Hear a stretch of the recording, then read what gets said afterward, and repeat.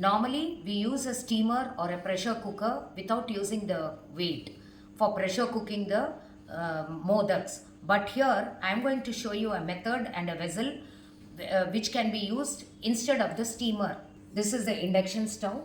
Now, I am going to place a simple pan like this, which we normally use for cooking vegetables or making sabjis. Now place the pan like this on the induction stove or the gas stove. Now this is the plate which is used inside a pressure cooker. So this is available, this could be available easily in the kitchen. Now this has to be placed inside the pan like this. Now with the help of a container, just pour water inside the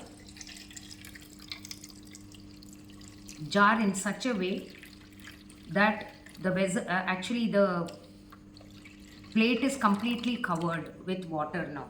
The plate is completely covered with water, as you can see here.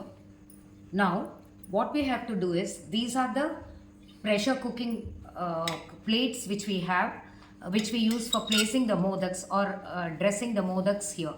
And then place all the required amount of modaks on these plates like this.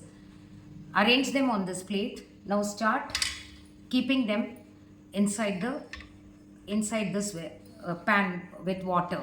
Now keep the second, after arranging the modaks on one line in this plate, you can place the second plate on the top.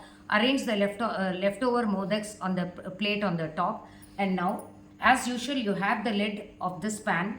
You can use this for covering the pan completely like this now. You can pressure cook the modaks in this fashion.